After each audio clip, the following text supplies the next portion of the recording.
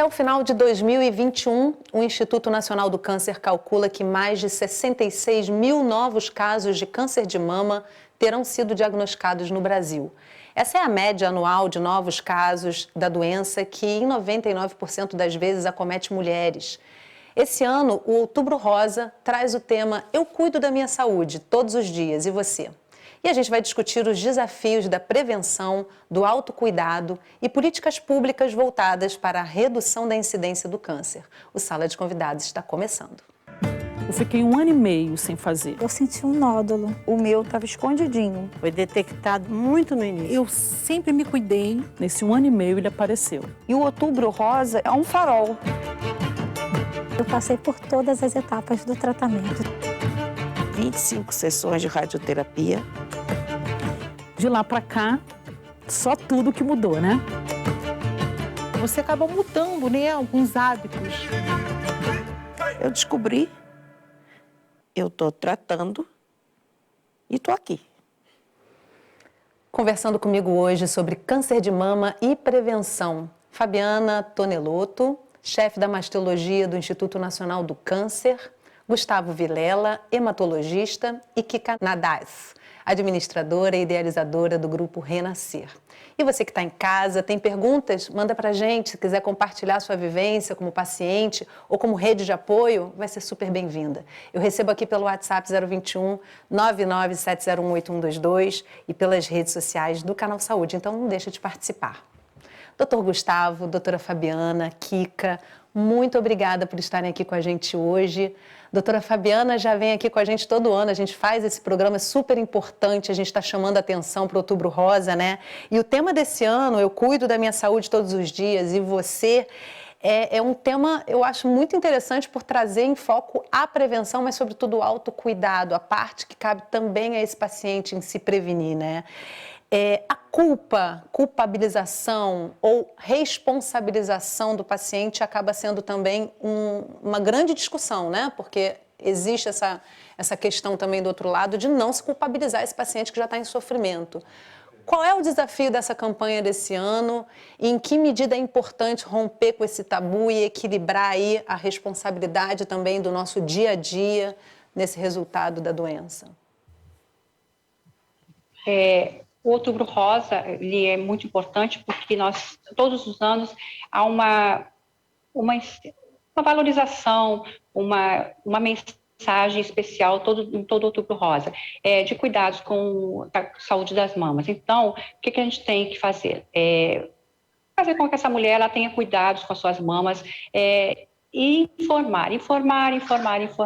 Porque só assim nós vamos diminuir os casos de doenças mais avançadas. Com a mulher se cuidando, fazendo um diagnóstico precoce, indo fazer a sua mamografia. Tendo todo esse cuidado, a gente vai conseguir diminuir essa incidência de casos avançados que nós temos no nosso país. É uma questão de saúde pública. Com certeza. Kika, você já diagnosticou câncer de mama. Faz parte de uma organização, de um encontro de mulheres que compartilha essa vivência. E aí eu queria saber de você como é que você sente e como é que você percebe que as outras mulheres sentem essa proposta da campanha esse ano, né? De trazer também o autocuidado para o centro desse poder de prevenção. Oi, tudo bom? Eu sou paciente de câncer do INCA de Vila Isabel, inclusive a doutora Fabiana Tonelotto é uma das nossas mastologistas-chefe lá, aqui no Rio de Janeiro, e as mulheres em geral, a gente briga que elas se sabotam, porque a gente, quando a gente está ainda, antes de passar pela experiência do câncer, a gente cuida de todo mundo, só não cuida muito da gente. Então, eu acho que assim, eu encontro 90% das mulheres em que elas contam quase a mesma história, a história de que ela era ou maltratada pela família, ou tratava demais da família, se preocupava com filhos, marido e não cuidava dela mesma. Eu mesma passei por um processo em que eu trabalhava muito, e aí o sedentarismo, porque eu trabalhava como secretária, sentado o dia inteiro, a má alimentação, porque a gente quer um fast food, a gente quer uma vida muito ágil, muito rápida, e a gente acaba realmente, o que você estava falando, a culpa, não é bem uma culpa, porque culpa e medo eu aboli do meu dicionário, mas eu sei que eu tive ali uma responsabilidade em que Ainda deu tempo de eu me tratar. Me tratei ao longo, desde 2015, que eu entrei no INCA, e hoje em dia já estou em remissão, né? Mas realmente as mulheres têm esse problema para enfrentar, né? Além de tudo isso, ela enfrenta um câncer porque ela realmente não se cuidou. É interessante também refletir que a gente observa que no momento que se tem uma doença que é tida como uma doença fatal, né, doutor Gustavo? Importante dizer, o câncer, na maioria das vezes, hoje não está matando, ele está sendo tratado, né? Mas parece uma sentença de morte. Aí parece que vem a permissão para a mulher se cuidar, né? E aí eu queria trazer com você a complexidade do câncer. É uma doença multifatorial. Mas qual é a importância, sim, de trazer para o paciente esse olhar para a própria saúde, para que ele possa, no caso do câncer de mama, na maioria das vezes, a mulher, possa olhar para isso e tomar a frente desse autocuidado, né? Se responsabilizar por uma pequena parte ou grande parte desse autocuidado. Sim, no meu ponto de vista, é importante que as mulheres sejam informadas do que elas podem fazer no dia a dia, de forma simples, para que tenham o menor risco de desenvolver uma doença dessa. Boa parte das causas de câncer hoje, elas são modificáveis, elas estão nos nossos hábitos de vida. Então, você pode fazer essas modificações de forma simples na tua rotina, sem precisar de medicamento, sem você precisar mesmo ir ao médico para fazer. São hábitos próprios da pessoa. Então, são situações simples, como tabagismo, atividade física, boa alimentação, cuidado mental, odontológico, enfim, cuidados simples básicos da saúde primária, e que podem minimizar bastante o impacto dessa doença no futuro delas.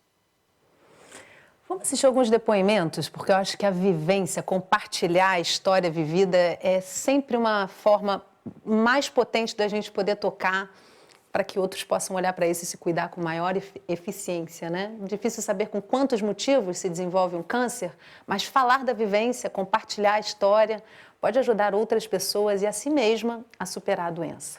Diferente de algumas histórias, eu praticava o autoexame e o meu não era palpável. O câncer, na minha história, ele apareceu de exame de rotina. O meu estava escondidinho, atrás da glândula mamária, e ele estava enraizado já na parede do tórax. Eles classificam como carcinoma ductal infiltrante. Eu fazendo o exame, o autoexame, eu senti um nódulo. E a primeiro momento nunca passava pela minha cabeça que poderia ser um câncer de mama. E quando eu fui fazer o exame, foi diagnosticado que era câncer de mama. E aí eu passei por todas as etapas do tratamento, isso já faz 10 anos. Como é que está sendo esse seu processo de tratamento? Até porque é um período difícil, né? Em meio à pandemia do novo coronavírus. Foi muito difícil. E por outro lado foi fácil. Eu só encontrei portas abertas. Eu tive o resultado eu conto o começo do câncer a partir da biópsia. Eu tive o resultado da minha biópsia no dia 14 de agosto de 2020. Dia 9 de setembro de 2020, eu já estava começando a primeira quimioterapia. E daí eu fiz as químios, fiz a cirurgia em abril. Ontem eu completei 6 meses de cirurgia. Fiz 25 sessões de radioterapia. Eu ainda tenho as marcas da queimadura no meu corpo. Não ardem mais, mas elas estão aqui ainda. Todo mundo diz que somem, as minhas ainda estão muito evidentes. Mas elas podem até sumir daqui, né? Mas da minha alma, nunca. Patrícia, a gente falou de autocuidado, do autonegligenciamento, que a gente às vezes tem pela própria correria do dia a dia ou pela falta de se priorizar. O que eu quero saber de você agora é, também falta política pública, também falta o poder do Estado para dar acesso, inclusive, à prevenção, diagnóstico e tratamento? Eu trabalho na área de gestão de saúde e nós vivenciamos isso. Tem mulheres que têm o processo investigativo, porém não é autorizado pelo órgão público que ela faça a tomografia ou a mamografia de tórax, né? Porque muitas das vezes não só a ultrassom mamária identifica. E pelos órgãos públicos, ela só tem direito à mamografia após os 40 anos. E muitas das vezes é tardio essa busca investigativa. Hoje, a medicina diagnóstica, ela consegue identificar uma tumoração do tamanho da cabeça de um alfinete. Então, quantas mulheres só descobrem quando às vezes é tarde demais? Então, é muito importante essa campanha até para que os governantes, os deputados ou a sociedade como um todo corra atrás de quanto mais cedo, melhor, mais mulheres salvas. As pessoas precisam se voltar para esse problema, olhar com os olhos de que o tempo faz muita diferença. Faz diferença no tratamento e no que a gente está sentindo. Porque eu senti quando eu sentei.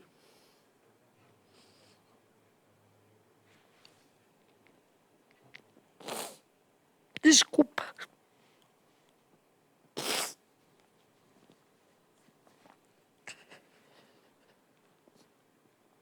Para fazer a primeira químio, que ali eu estava tendo um recomeço. E quando a gente espera, e não dá tempo. Porque se você vai marcar uma consulta, um exame no hospital público, não é assim. Até no plano de saúde nem sempre é assim. Eu só encontrei portas abertas. E as pessoas precisam de portas abertas. Portas abertas e também conhecer o caminho. Para a gente poder conhecer esse caminho é importante compartilhar experiências, né? Então, se você está em casa, vivenciou essa história, compartilha com a gente, manda uma pergunta, um comentário, divide com a gente a sua vivência, porque esse é o melhor caminho para a gente trazer informação sobre câncer de mama. Não deixa de participar. E Kika, eu quero te ouvir, quero saber como é que foi o seu diagnóstico. A gente escuta a Marilka falando de uma forma muito emocionada, né? Ela diz ali que o tempo é a coisa mais importante, porque pode determinar como é que vai ser o desfecho desse tratamento e desse achado, né? Como é que foi para você esse diagnóstico? Falar agora um pouquinho depois de tanta emoção dela, a gente fica, é até brincadeira, né? Agora fica embargado, fica até um pouco difícil de falar. Porque essa empatia que tem as pacientes umas com as outras é muito, muito importante, muito interessante. Eu me emocionei junto com ela. Eu tive meu diagnóstico em 2015, eu já desenvolvia um nódulo na minha mama em que, semelhante do outro depoimento, era parecido, porque foi infiltrante, ele era próximo da minha caixa torácica, e eu não estava dando muita importância. Na época eu namorava uma pessoa, e ele que começou a me abrir os olhos, falando que isso não está normal, estava começando a abrir uma pequena fenda na minha pele. E então eu tive que, depois que eu deixei um trabalho que me consumia muito, fui procurar um médico, e aí já era hora de biópsia.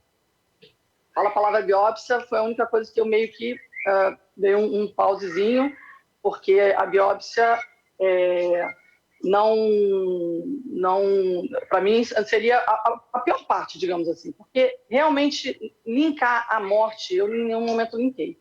Eu simplesmente achei que eu ia ter que fazer um tratamento, ia ter que procurar um médico. Eu fiquei bem tranquila e positiva, como eu sempre fui. Minha vida sempre foi muito positiva. Então, eu consegui ser rapidamente atendida no INCA, né, pelo sistema mesmo de saúde, eu entrei para o INCA, e iniciei em 2015 a investigação, inclusive, da outra mama, que também tinha nódulos, que eu sempre falo para os pacientes, quem está ouvindo a gente, quem está começando, ou as mulheres que ainda não têm. Nem todo nódulo vira câncer e nem todo câncer tem nódulo. Então, antes de entrar meio em parafuso, que encontrou um nódulo, espera e confia na equipe médica. O médico não está ali para achar a doença, ele está para achar a cura. Então, foi o que eu fiz, fui procurar o sistema, iniciei as minhas quimioterapias no final do ano e fiz todo o processo que a maioria fez. Fiquei carequinha, gostei de ficar careca, até curti minha carequinha. Então, assim, quase todas as etapas eu levei com positividade, como uma jornada de experiência mesmo, para a gente aprender. E a cada dia que ia passando alguma coisa, a gente ia aprendendo uma com a outra. Logo no início do processo, no primeiro mês, eu conheci outras moças, uma delas, chamada Fabiane Monteiro, montou esse grupo chamado Renascer.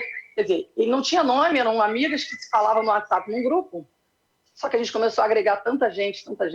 Hoje nós somos mais de 200 dentro do grupo WhatsApp. E esse motivo ali, aquela motivação do grupo também, foi essencial, que a gente chama o grupo como nossos gotinhas de cura, porque uma dando força para a outra. Então, passei pela quimio, fiz a mastectomia radical, né? Retirei minha mama toda direita no meio de 2016, fiz as sessões de radioterapia, e aí uma dá dica para a outra, e dá um creme, empresta, e dá um colo, e isso continua acontecendo há 6 anos, estamos comemorando nesse mês o 6º ano do nosso Grupo Renascer.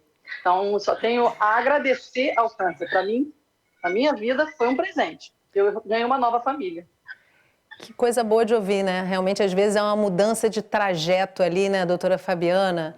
Eu queria trazer com você quais são os exames importantes aí hoje que a gente tem para poder acessar esse diagnóstico e qual é o caminho para se poder achar? Porque realmente quando se fala num câncer discreto, quase imperceptível ou mesmo imperceptível, dá uma certa insegurança de passar reto e a gente só descobrir quando está lá já muito avançado, né?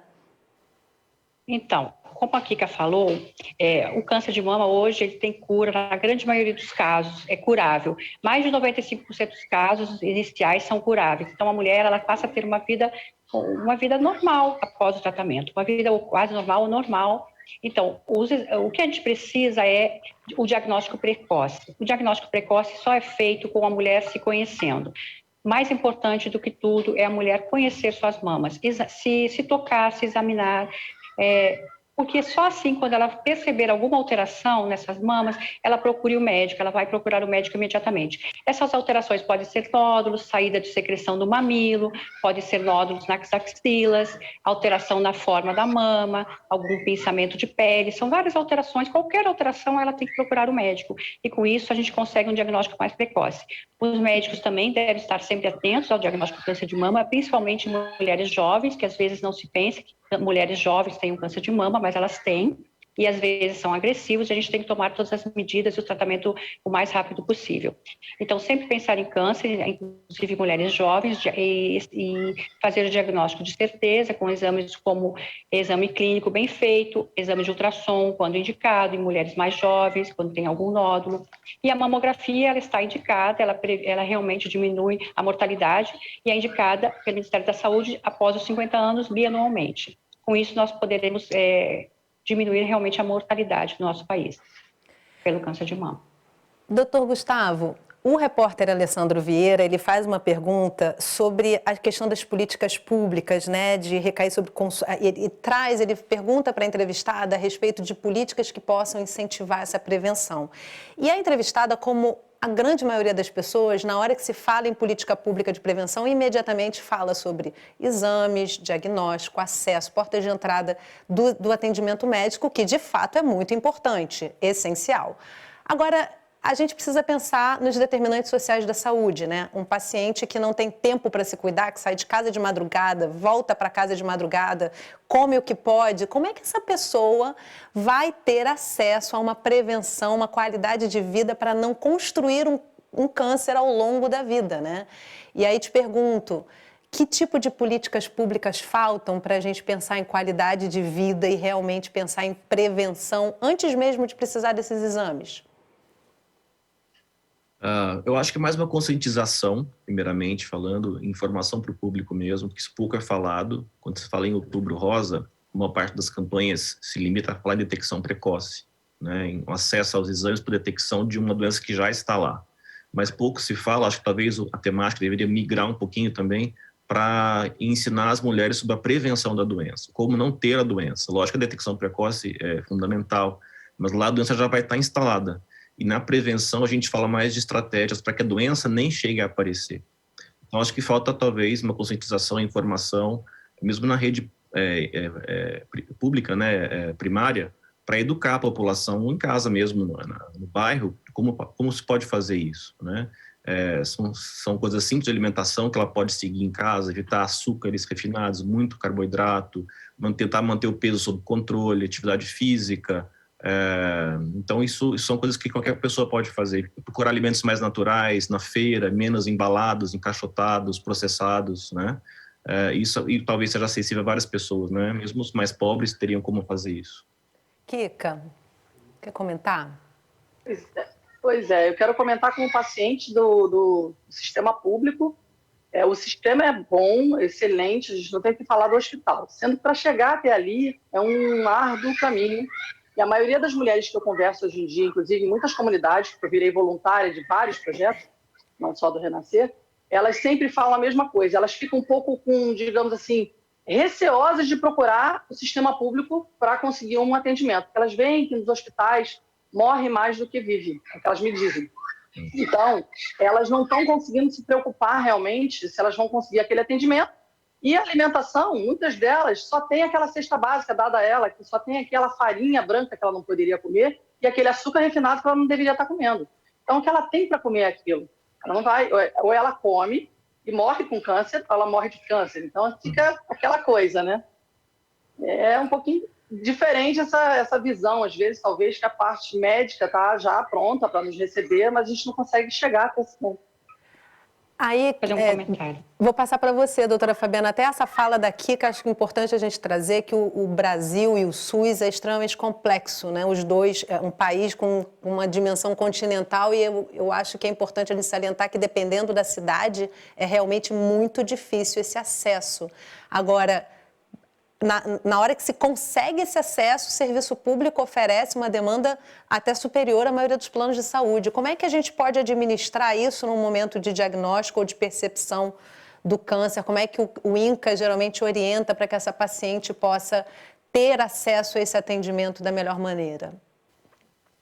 Então, o INCA é um hospital terciário com alta complexidade, então a gente recebe as pacientes já com diagnóstico e aqui a gente oferece realmente todo o tratamento do câncer, né? Inclusive de mama. O que acontece é que nós devemos sempre procurar ir ao sistema de unidade básica de saúde sempre que tiver alguma alteração na mama e pressionar os órgãos públicos realmente para que isso funcione. Pressionar a Câmara de Vereadores da cidade, o prefeito, para que o sistema público funcione. Porque o SUS é um sistema fantástico quando ele é bem implementado, quando ele funciona. Nas suas bases é um sistema muito, muito bom. Então, a gente tem que pressionar realmente os órgãos públicos para que isso efetivamente ocorra o tratamento e o acesso ao diagnóstico. Mas o que eu gostaria de falar é que a gente tem que ensinar realmente e divulgar a prevenção primária do câncer de mama, fazendo com que as mulheres mantenham um peso corporal normal. A gente tem uma epidemia de obesidade no mundo, nós devemos combater isso. Isso também acho que teria que entrar as políticas públicas nesse processo para diminuir a incidência da obesidade, que também leva ao câncer, inclusive de mama.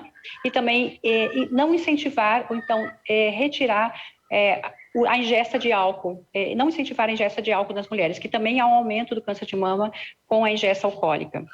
E também fazer com que essas mulheres pratiquem atividades físicas. Acho que deveriam ter campanhas públicas do Ministério da Saúde em relação a isso, a atividade física mais regular. Nós temos que mudar esse panorama se nós quisermos diminuir a incidência do câncer em geral, inclusive de mama. Essa fala da doutora Fabiana, doutor Gustavo, ela é perfeita no caso, quando a gente pensa realmente em prevenção e na responsabilidade mesmo de cada indivíduo em cuidar da sua saúde, né? A gente tem aí vários sintomas de que alguma coisa pode estar errada com o nosso corpo, inclusive o metabolismo lento, enfim. O câncer é uma doença extremamente complexa, como eu disse ainda há pouco. E aí eu queria ouvir de você essa percepção de que muitas pessoas têm, eventualmente você escuta falar assim, nossa, mas tal pessoa se alimentava tão bem e ainda assim teve o câncer. Aquela mulher, ela não fumava, não bebia, fazia tudo certinho. Parece assim, é uma utopia também achar que você vai ter a saúde perfeita, ainda mais diante de uma doença tão complexa como o câncer, né? Essa frase eu ouvi bastante já, né? A pessoa é vegetariana, era vegana, comia super saudável, enfim, todo orgânico e teve câncer, né? Até alguns médicos desmerecem a alimentação por causa disso. A paciente comia certinho e teve câncer, quer dizer, não serve para nada a alimentação. Porque, na verdade, é uma incompreensão. Na verdade, o câncer é uma doença muito complexa, tem várias causas associadas. Então, a alimentação pode ser um dos fatores, mas existem vários outros. Então, você pode se alimentar muito bem e não sei se o teu problema é que provocou o câncer. Você pode comer bem e fumar, por exemplo, pode ter contato com alguma outra substância tóxica, carcinogênica. Então, não só a alimentação provocaria a doença. Então, a gente tem que olhar o câncer com realmente várias facetas possíveis, né? Alterações imunitárias por diferentes razões, déficits nutricionais importantes, que são importantes para a imunidade, alterações do nosso microbioma hoje é cada vez mais em discussão, né? A nossa flora intestinal impacta diretamente no nosso potencial imunitário e no grau de inflamação que nós temos no corpo também. Nós temos as radiações hoje, que hoje está difícil controlar, porque a gente tem cada vez mais exposição a agentes eletrônicos, né? Agora o 5G, satélites, modem, enfim, uma infinidade de interferentes que a gente tem hoje físicos, né? Biofísicos. Enfim, a gente tem vários fatores carcinogênicos, como a gente falou, os carcinógenos que nós temos contato hoje nos cosméticos, os metais tóxicos presentes em tinturas de cabelo, em obturações de amálgama na boca, que são altamente tóxicos para a imunidade também, plásticos, solventes, pesticidas agrícolas, enfim, a gente tem vários compostos poluentes aos quais temos contatos que também podem estar implicados. Participação de micróbios, vários vírus são oncogênicos, patogênicos também, bactérias.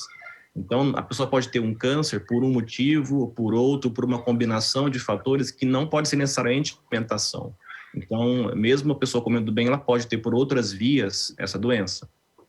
E sempre será importante reduzir esse número de problemas que você pode estar absorvendo aí no seu dia a dia, né, doutor Gustavo? Ou seja, você se alimentar bem é um desses itens que você já está retirando dessa lista de riscos que você coloca à sua saúde, né? Bom, a gente tem que fazer um intervalo rapidinho e já a gente volta conversando sobre câncer de mama. Eu estou sentindo falta de quem está em casa, mandando perguntas e comentários, então não deixa de participar. No próximo bloco a gente volta conversando ainda sobre prevenção do câncer de mama. Não sai daí.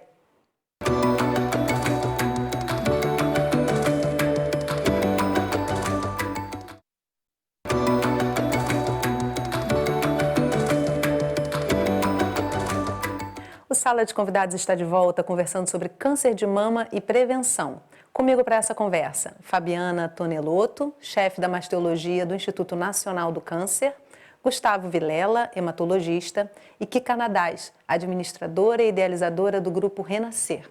E você que ainda não participou do programa de hoje, manda suas perguntas e seus comentários para mim pelo WhatsApp 021 99701 8122 ou pelas redes sociais do Canal Saúde. A sua participação enriquece muito a nossa conversa, então não deixe de participar. Vamos acompanhar mais alguns trechos de depoimentos que compartilham a vivência do câncer de mama.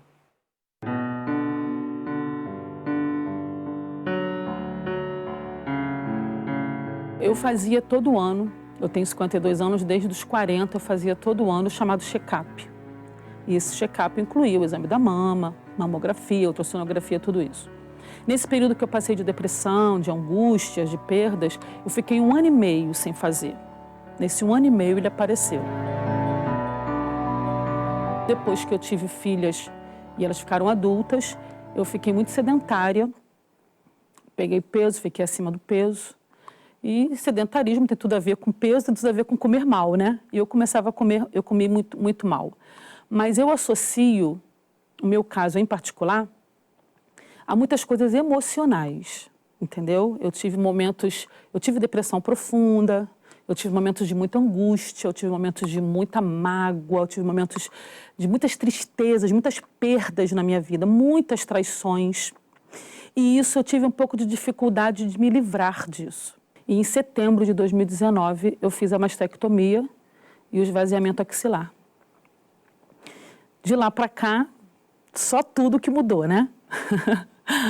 A visão da vida, os pensamentos, os projetos, os sonhos, a fé, tudo mudou.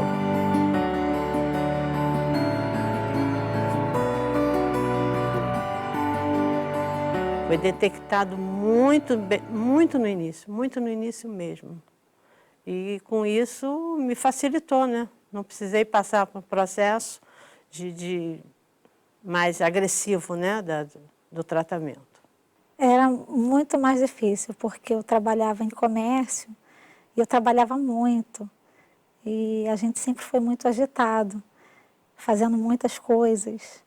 E depois que eu tive câncer de mama, eu comecei a dar uma guinada na minha vida, no sentido de eu estudar sobre fitoterapia, homeopatia. Trabalhávamos muito, né?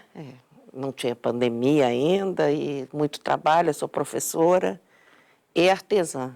Então, muito trabalho e pouco tempo para cuidar desse lado. Nunca deixamos de comer, mas optamos muitas das vezes pelo mais prático. Um sanduíche, uma fritura, né? Coisas assim que fazia com que eu tivesse mais tempo para me dedicar a outras. Eu sei que não foi só por isso que eu desenvolvi esse câncer, mas eu tenho total consciência que isso contribuiu. Agora nós comemos direitinho. Agora nós comemos coisas mais saudáveis. Temos muita preocupação com isso. Eu comia cachorro-quente e é o que a minha médica diz: se você está num lugar onde só tem cachorro-quente, você não vai ficar com fome. Você vai comer um cachorro-quente, mas na sua casa não vai entrar mais salsicha. Claro, você acaba mudando, né, alguns hábitos. O fumar, realmente, eu parei. Isso aí foi definitivo. Meu médico falou assim para mim: eu acho que não combina, né? Você está tratando de câncer e continuar fumando. Eu era uma pessoa que era preocupada em trabalhar, em criar minha filha, meu sustento, mas eu não tinha um olhar crítico de me enxergar, de ter autocuidado, não é só o autocuidado de saúde, mas o autocuidado com as suas emoções, com você. É realmente isso que eu quero para a vida? O que eu estou fazendo hoje? Eu me respeito? Eu sei dizer não? Eu não sabia dizer não. Eu digo que é um divisor de águas na minha vida. Eu passei a ser uma outra mulher. Não que eu não me cuidasse antes, mas eu passei a ter um novo olhar.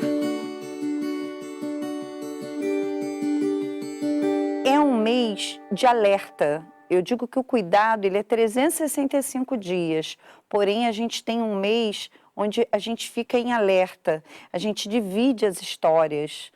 Essa experiência mesmo que a gente está tendo aqui, quanto é grandioso a gente saber que nesse momento milhares de mulheres e infelizmente cada vez mais jovens estão descobrindo precocemente e tem a chance de se curar. O que antigamente a gente levava uma ideia de que é quando a mulher passa dos 40, né? Não. A mulher jovem, com a sua mama ainda jovem, é importante ter o cuidado. A mulher madura, a mulher pós-menopausa, é um alerta sempre. E o Outubro Rosa, ele vem como um alerta, um farol. Kika, tem uma fala da Sheila que me chamou a atenção. Ela fala que o câncer foi uma guinada na vida dela. E tem pacientes que falam isso, que o câncer fez bem para a vida delas em algum momento, né? Cada caso é um caso, a gente sabe disso, cada trajeto é um trajeto, às vezes muito tortuoso, mas achei bonita essa fala dela. E vocês hoje estão celebrando aí 6 anos do Grupo Renascer. E com certeza celebram não só esses 6 anos do Grupo Renascer, mas a jornada de cada mulher que compõe esse grupo, né? O que o câncer te trouxe de guinada para a sua vida? Na verdade, até o público deve estar ouvindo um pouquinho do barulho, porque o que ela está dizendo é que a gente está fazendo 6 anos, gente. A festa é hoje e eu estou aqui. Por isso está um pouquinho de ruído no fundo. A gente está fazendo uma comemoração. E aí, essa é a família que eu recebi de presente, foi um dos presentes. Mas muitas outras coisas, como, por exemplo, meu empenho todo como voluntariado. E aí, isso tudo faz com que você realmente queira se cuidar muito mais, porque você sabe que você tem aquele objetivo. E agora, ao longo na pandemia, muita gente engordou. Quase todo mundo que sabe aí, né? Nós que saímos do tratamento, nós ainda temos um agravante que algumas medicações fazem a gente ficar um pouco mais cheinha, né? A gente incha um pouco, né? Então, ao longo do tempo, depois do câncer, eu ainda tentei me readaptar, tentar emagrecer, mas agora, de 10 meses para cá, eu consegui finalmente fazer a minha composição de exercícios físicos com a alimentação correta, e eu posso garantir, como o Dr. Gustavo falou mais cedo, que não precisa ser uma coisa muito cara, a gente pode fazer em casa esses exercícios, a alimentação não precisa ser uma coisa muito elaborada, eu faço minha própria alimentação, fica até algumas vezes mais barato do que se eu comprasse industrializado. Então, assim, tudo isso eu ganhei de presente. Eu aprendi, eu reaprendi. Eu tive aos 47, hoje em dia eu estou com 53. Eu reaprendi como é que a gente realmente tem que se cuidar. Então, para a gente que passa pelo câncer, inclusive quem está me ouvindo vai se identificar, a gente descobre que é só uma vírgula, aquela freada para a gente falar assim, está na hora de se cuidar. Não é um ponto final, é só uma vírgula. Então, essa vírgula eu já passei, agora estou tocando a minha vida e ensinando outras moças a fazerem igual. As moças estão aprendendo também a se cuidar da forma mais plena e é muito mais saudável. A gente fica muito mais alegre, mais ativa, é muito melhor do que eu era antes. Ainda mais associando, né, doutor Gustavo, aquela vivência que os nossos avós tinham na hora de comer, né? Porque a gente, dos anos 80 para cá, a alimentação mudou drasticamente, a gente nem se dá conta disso, do quanto que a gente está comendo processado, do quanto mudou, né? E o nosso corpo não sabe que isso é comida, no final das contas, né? Mas também associando aí as inovações da medicina, da ciência, colocando tudo isso junto, a gente com certeza tem um potencial para a cura do câncer mesmo em cada indivíduo. Agora eu te pergunto o seguinte, a gente tem uma cultura em torno do comer e beber. É muito difícil, às vezes, você dizer eu não vou beber ou eu não vou comer essa lasanha maravilhosa e tal. E aí a gente trabalharia com exceções. Você acredita que isso também pode ser um equilíbrio disso aí? Porque é difícil também dizer não sempre, né? É difícil, A gente não consegue falar, tem que ser algo sustentável, né? Você fazer um regime alimentar totalmente drástico, assim, radical, você não consegue fazer por muito tempo. Você faz por um tempo, algumas semanas mesmo, mas depois você acaba abandonando. Então, eu sou mais na linha, assim, tentar fazer o máximo de coisas equilibradas, com esses excessos, eventualmente, que são permitidos. Obviamente, a gente faz parte da vida, né? Tomar um vinho, enfim, comer alguma coisa mais calórica, mas tentar ao máximo no dia a dia ficar mais regrado para você ter esses créditos e poder fazer esses excessos. Porque fazer excesso todos os dias também não dá, né? Tem que entrar nesse equilíbrio aí do que é melhor mesmo. Uma balança, eu só queria retomar o assunto anterior que vocês comentaram, das mulheres que perceberam que o câncer foi um divisor de água na vida delas, né? E eu acho isso maravilhoso quando eu ouço isso dos meus pacientes, né? Quando a pessoa, a mulher ou o paciente percebe que a doença trouxe um novo rumo para a vida dela, né? Várias vezes me falaram assim, eu sou uma pessoa melhor depois do câncer do que eu era antes. Eu estou mais feliz hoje depois do câncer do que eu era antes. Então, eu acho isso maravilhoso, quando a pessoa consegue aproveitar a doença como uma oportunidade de crescimento, de autoconhecimento, de autocrítica, de rever o que está errado na vida, relações tóxicas, alimentação ruim, estou fora do peso, e ela ressignifica tudo isso, ela modifica tudo isso, e ela arruma um caminho melhor para ela. Ela não se vitimiza, não entra no modo trauma, drama, vitimização, mas sim ela se empodera da própria vida e ela encontra um caminho melhor de como ser uma pessoa melhor. E isso, para mim, é o grande benefício que o câncer pode trazer para as pessoas, trazer esse caminho novo de aprendizado. Quando a pessoa consegue fazer isso, para mim, ela é vitoriosa. Muito bom. Olha, gente, eu estou com uma participação aqui da audiência. Esse é o tipo de programa que é muito importante a sua participação, para a gente fazer esse serviço, tirar as suas dúvidas, então não deixa de participar. E olha só, a Joana encaminhou para a gente uma pergunta pelo WhatsApp, eu vou encaminhar para a doutora Fabiana. Ela pergunta o seguinte, doutora Fabiana, até que ponto o fator emocional pode ser um dos fatores que desencadeiam o câncer? Sempre tenho essa sensação de que se a mente não está em paz, o corpo de alguma forma sofre as consequências. Então, realmente há uma relação entre os fatores emocionais e a nossa imunidade. Quando nós estamos bem, em paz com o mundo, em paz conosco, a nossa imunidade ela fica mais forte. Realmente, os fatores emocionais, uma depressão, ansiedade, ela cria mecanismos radicais livres onde o câncer realmente pode se desenvolver, onde a gente perde os mecanismos de controle que fazem com que não aconteça o câncer, que as células não proliferem. Então, realmente, os fatores emocionais ele tem essa tendência, mas em relação à imunidade, é relacionado diretamente à imunidade. Isso é muito interessante. Há uma relação, né? Entre imunidade e fatores emocionais. A gente não tem muito como provar isso, mas a gente observa que há realmente, sim, uma justificativa de queda de imunidade nessas alterações emocionais. Isso é muito interessante, né? Eu volto com você, doutor Gustavo. Você falou ainda há pouco sobre as pesquisas sobre o microbioma, que estão trazendo também muitas informações sobre essa relação da mente com o que a gente come, com o que a gente tem de saúde no nosso intestino.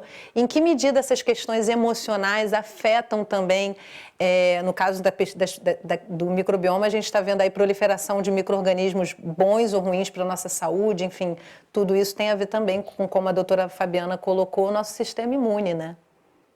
Sim, tudo está interligado. Como ela falou muito bem, assim, conflitos emocionais, nosso perfil de pensamento, de preocupação, medos, enfim, reações emocionais nossas afetam a nossa química cerebral. E a química cerebral, esses restos hormonais são acometidos e, por fim, a imunidade. Então, isso é uma área da medicina chamada psiconeuroimunologia, como as emoções afetam o sistema nervoso e o sistema nervoso afeta a imunidade.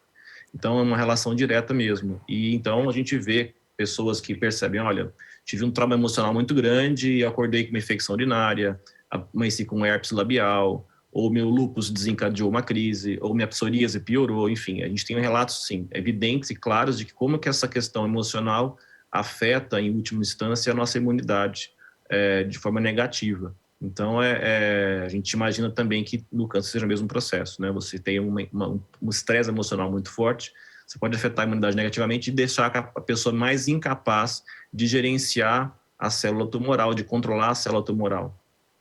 Então, isso é muito importante. Kika, já ia te pedir a participação mesmo sobre esse tema. Como é que você percebe as emoções aí na construção dessa doença a longo prazo? A gente sempre cita para as mulheres, né, que a gente costuma dizer brincar com isso, né, que o câncer se alimenta de tristeza. Então, a gente sempre quer levar alegria para todo mundo, positividade sempre. Inclusive, que eu queria fazer uma pergunta, não sei qual, acho que os dois profissionais que estão aqui podem, um dos dois, responder os dois. Qual é a relação da serotonina em relação à cura de doenças em geral? Porque ontem mesmo acompanhei uma palestra de outro oncologista, ele estava desenvolvendo sobre a gratidão. E a cada vez que parece que a pessoa vai desenvolvendo a gratidão, a serotonina sobe e ajuda na imunidade. Eu queria saber essa relação para eu começar a entender se faz sentido o que a gente tem passado para as moças, sobre alegria e gratidão. Vou pedir para os dois responderem. Doutora Fabiana, começa com você. Então, quando você está alegre, com um sentimento de gratidão, você fica com o sistema imunológico melhor, é aquilo que eu falei. Há uma relação direta aqui. Você diminui os níveis de cortisol, diminui a reação inflamatória do teu organismo, você faz com que o teu metabolismo fique basal, mais adequado a combater esses radicais livres e as células em proliferação anormal. E é isso, a serotonina e todos os outros, dopamina, enfim, bem balanceados, equilibrados, fazem com que tua imunidade fique boa, fique no nível normal, consiga administrar as mutações que vão aparecendo, consegue fazer com que as células morram quando estão programadas para isso e não proliferem para sempre, como é no câncer. Há um controle. Aí, doutor Gustavo, como a doutora Fabiana já respondeu, trazendo aí as questões químicas, aí eu vou acrescentar um a mais para que a gente possa aprofundar. No caso, voltando aí a questão, as pesquisas do microbioma, né, e também a relação com a comida, porque fazer o bem, impulsionar a empatia, tudo isso já motiva essa produção da serotonina, mas a alimentação também pode prover isso, não é? Sim, com certeza. A nossa flora intestinal, quer dizer, a qualidade dela, o perfil de micróbios que nós temos na flora, vai impactar os nossos neurotransmissores. Nós temos conexões que vão do intestino até o sistema nervoso, os nervos, né, que conectam o sistema nervoso e o intestino, tem vias de vai e vem. Então, enquanto informações cerebrais podem afetar o intestino, o contrário também. Então, se a nossa flora intestinal, o perfil de micróbios que nós temos é mais inflamatório, isso vai enviar informações, né, para esses nervinhos do intestino, isso vai ser levado para o sistema nervoso central e vai afetar lá em cima também. Então, nós temos pessoas com uma flora bem atrapalhada, vamos dizer assim, estragada, né, porque se alimentam mal. Então, a produção de álcool, de toxinas intestinais, déficits nutricionais que vão acontecer. Isso vai impactar no sistema nervoso central, com déficit de neurotransmissores, pensamentos pessimistas, cansaço mental, procrastinação, de não conseguir se exercitar, de não conseguir sair da cama porque ficam desanimadas. Então, tudo isso vai afetar a parte emocional, por estar comendo errado, comendo mal e com uma flora desbalanceada. Tudo está interligado. Tudo está interligado e cada vez mais a gente vai percebendo isso, né? Doutora Fabiana, eu vou trazer outra pergunta aqui para você. A Cristina encaminhou para a gente pelo WhatsApp, ela pergunta o que ela faz se ela tiver um diagnóstico, qual é a primeira medida, para onde ela vai? Ou seja, na verdade, se ela está dizendo que já teve o diagnóstico, ela já passou por um médico, né? Eu acho que... Aí eu vou te convidar a responder se ela tiver a suspeita, né? E depois o diagnóstico. E quando ela tiver suspeita, ela deve procurar. Se ela notar alguma alteração na sua mama, uma suspeita de nódulo, de alguma alteração, procure ou uma unidade de saúde, ou o seu ginecologista ou mastologista, que esses profissionais certamente têm capacidade de encaminhar adequadamente, né, o tratamento. O ginecologista ou o médico da unidade básica de saúde vai procurar fazer exames de imagem e encaminhar para a biópsia, confirmando o diagnóstico, ela deve ser encaminhada a um serviço terciário de tratamento, onde se faz todo o tratamento do câncer. Em cidades grandes seriam complexos como o INCA, como em São Paulo, o Unicesp, o FESP. Acho que talvez a gente tenha perdido a conexão com a doutora Fabiana. Kika, eu vou trazer para você, enquanto a gente tenta reconectar com ela, uma questão sobre... A gente está falando aqui bastante de alimentação, a gente sabe que com a vida moderna, principalmente nos centros urbanos, é muito difícil a gente tratar diretamente dessa alimentação. E aí eu queria trazer com você, para a gente inspirar quem está em casa, como é que você cuidou desse processo? Como é que você buscou o resgate disso para a sua vida, para a tua rotina? O nosso próprio INCA nos oferece a parte nutricional, a gente recebe muita informação, né? E eu sempre falo para as meninas para a gente não ficar muito na internet, porque você tem que ter uma fonte segura para saber o que você vai fazer. Mas mesmo assim a gente tem dicas das próprias moças, a gente tem, nos nossos grupos temos nutricionistas pacientes, então aí para mim é uma fonte segura também, porque a pessoa passou e ela estudou a respeito, ela sabe como passar. Isso é uma dica que eu dou para vocês. Vocês procurem pessoas certas para isso. Agora, as coisas que eu fui fazendo, por exemplo, o leite, eu tirei não todos os derivados de leite, eu consegui tirar o leite vegetal, passei para o leite vegetal, eu faço leite de aveia, é um leite muito fácil de fazer. Eu tirei os embutidos, né? Isso, como depois a gente falou, salsicha não pode entrar mais na casa da gente.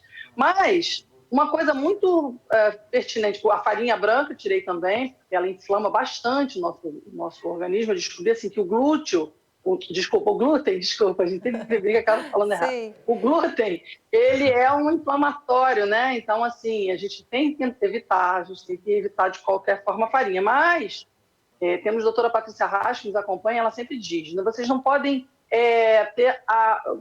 ficar comendo com aquela culpa de que eu vou comer e aquela vez eu vou desenvolver. Não é isso que vai acontecer. O Dr. Gustavo já falou, a gente tem só que evitar ao máximo, ao longo de vários dias, e ter ali um bônus, vamos dizer. Hoje eu estou numa festa, hoje eu vou comer o que eu puder comer, mas quando a gente começa a fazer todo esse processo, eu agora, ao longo de 10 meses, consegui emagrecer 13, hoje eu descobri que eu emagreci 14 quilos. Então, o que acontece? A gente já não tem mais aquela vontade de se saciar com coisas que antes a gente gostava. Então, mesmo que tenha lá aqueles pães todos, aquelas coisas, você se habitua, seu organismo também se habitua às novas regras, digamos assim. Então, foi o que eu fiz. Eu reeduquei meu alimento. Não adianta você ficar só cortando daqui e dali, que vira castigo. Ninguém vai fazer dieta por castigo. E os exercícios físicos também, o que eu faço é que me dá prazer. Eu faço hidroginástica, eu faço caminhadas, coisas que me deem prazer. Então, o prazer associado a toda essa alimentação, todo esse processo, é essencial para a vitória, para a gente conseguir realmente se encontrar. Não é uma questão estética, né, Kika? Foi super. Não é uma questão estética, né? É uma questão de saúde, realmente, né? E às vezes, inclusive, às vezes não, quase sempre impacta muito na estética também, mas não é o foco principal dessas ações, né, doutor Gustavo? E olha que eu tô com um monte de pergunta da audiência agora, eu quero te passar duas. Uma delas é da Mônica Amendola, não sei se eu tô falando corretamente o sobrenome dela. Amêndola, perdão, Amêndola. Mônica Amêndola, quero te agradecer, Mônica, por mais essa participação. Ela foi uma das meninas que fez o depoimento aqui pra gente. Ela é paciente oncológica e ela pergunta como é que a gente pode melhorar a nossa imunidade. A gente até já teve uma fala aqui sua, doutor Gustavo, falando aí de microbioma e tal sobre isso, mas a gente pode reforçar um pouquinho, trazendo junto uma outra pergunta do Felipe de Niterói, que encaminhou pra gente via WhatsApp. Obrigada, Felipe. Ele está perguntando diretamente para você. Além dos tratamentos convencionais, o que podemos entender como cuidado em saúde, práticas integrativas, por exemplo? Aí eu vou pedir para você associar essas duas perguntas, porque eu imagino que nas práticas integrativas a gente tem aí instrumentos para aumentar a potência do nosso sistema imune. Com certeza. Assim, rapidamente, o que a gente pode falar para melhorar a imunidade e melhorar a saúde de forma geral, né? Reduzir o consumo de açúcar refinado. Isso as pessoas já têm uma noção disso, mas é sempre bom reforçar, né? O açúcar, ele compete nas células imunológicas, né, nos linfócitos, nos leucócitos, nas células brancas, que são a nossa defesa, ele compete com a vitamina C, o açúcar. E a vitamina C é necessária para que essas células tenham uma ação imunitária. Então, quanto mais açúcar você tiver na circulação, pessoas com hiperglicemia, com diabetes, esse açúcar vai atrapalhar a função das células imunes. Então, evitar os excessos de açúcar, né? O próprio jejum, eu acho que é uma estratégia excelente para você aumentar a imunidade. Os trabalhos mostram isso. Você ficar alguns períodos sem comer nada, 14, 16 horas, você estimula as células imunitárias, né? Isso tem várias razões, até antropológicas, que a gente não pode nem falar aqui porque não dá tempo, mas assim, nosso sistema se coloca em alerta em situações de jejum para você ir buscar comida, você ir caçar, teoricamente se machucar. Então você fica com um sistema muito mais preparado para situações de estresse, mais forte, quando está em jejum, né? Manter o corpo bem hidratado, seja com chá, com água de preferência, né? Na desidratação piora a nossa imunidade também. Exercício físico, muito importante. O sedentarismo piora a nossa imunidade. Atividade física, quanto mais vigorosa, né, mais ela estimula a nossa imunidade. Evitar a constipação intestinal, acho que é um item que a gente esquece de falar. As mulheres que vão às vezes ao banheiro cada 4 dias, cada 5, e acham normal, né, e a cada 5 dias fazer cocô, e isso não é bom, porque quanto mais você retém fezes acumuladas no intestino, mais você faz uma autointoxicação. Ali é dejeto, é o nosso esgoto final, aquilo tem que ir embora logo. Então, você ficar retendo aquilo é ruim, você fica absorvendo de novo as toxinas, elas ficam reciclando lá dentro, né? E por fim, melhorar a qualidade do sono, sempre que possível, né? A higiene boa do sono, evitar celular, computador, luminosidade, barulhos, celular do lado da cabeceira da cama, pode já ajudar você a dormir melhor. Então, essas dicas simples qualquer pessoa pode fazer, né? Então, isso pode melhorar a imunidade. Em relação às práticas integrativas, que é uma área que eu gosto muito, né? Nós montamos aqui em São Paulo uma clínica, nós temos 5 núcleos aqui na clínica de práticas integrativas. Então, nós temos o núcleo médico, que eu coordeno, e temos mais outros 3 médicos que trabalham com a gente aqui. Então, nós buscamos oferecer aos pacientes um atendimento ligado às práticas complementares, né? Fitoterapia, né, as ervas medicinais padronizadas, a homeopatia, a medicina chinesa, a medicina ayurvédica, a acupuntura, ou a abordagem dos pacientes com dor, né? A medicina psicossomática, que é muito importante para avaliar a parte emocional dos pacientes, a antroposofia, então essa parte médica, né? Nós temos também atendimento de enfermagem, que eu chamo de Dream Team, né? Nosso time de sonhos aqui, são enfermeiros que nós temos 5 no nosso time de enfermagem, que atendem os nossos pacientes, tem um acolhimento extremamente importante, apoio psicológico,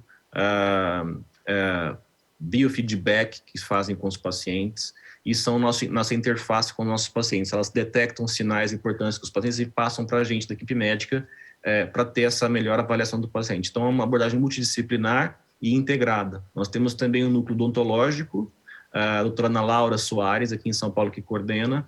ela avalia os nossos pacientes na parte odontológica, que é uma questão muito importante, integrada à nossa prática. A gente sabe hoje, cada vez mais, que a saúde bucal tem impacto nas doenças e também no câncer, né? Então, a saúde bucal tem que ser avaliada também. Temos o núcleo de terapia holística, que a Juliana Bertoletti que coordena, e deixamos para ela as práticas do tipo cromoterapia, fototerapia, reiki, massagens terapêuticas, florais.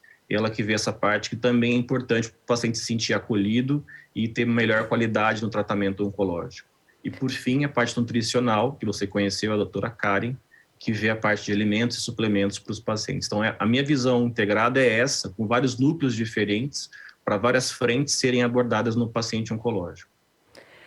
Bom, a gente já está com o tempo do programa ultrapassando um pouquinho, mas eu não quero terminar, Kika, sem ouvir você. Quero que você termine o programa para a gente, porque eu acho que essa vivência ela é essencial. E eu queria terminar com você trazendo uma mensagem para quem esteja desconfiada ou mesmo tenha acabado de receber o diagnóstico do câncer.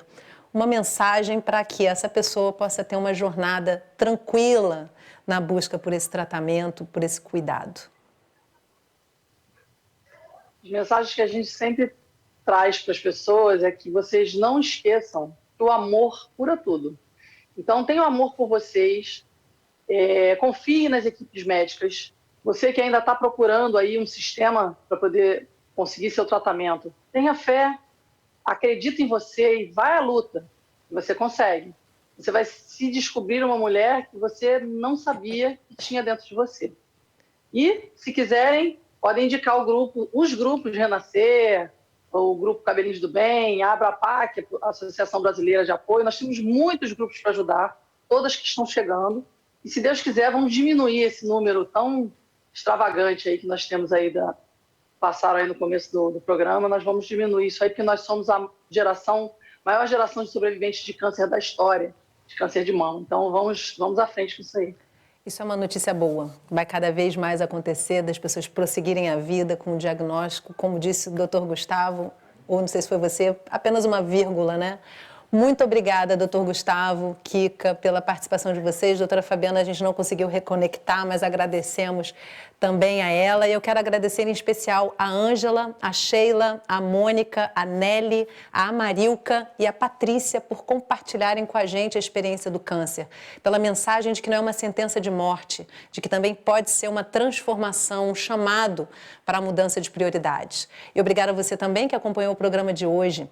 Compartilhar essa conversa pode ajudar alguém que esteja vivenciando um diagnóstico ou mesmo evitar o surgimento do câncer. Entra no site do Canal Saúde e lá você encontra esse e outros programas do nosso acervo. Semana que vem a gente tem um assunto relevante para dividir com você. Então, até lá!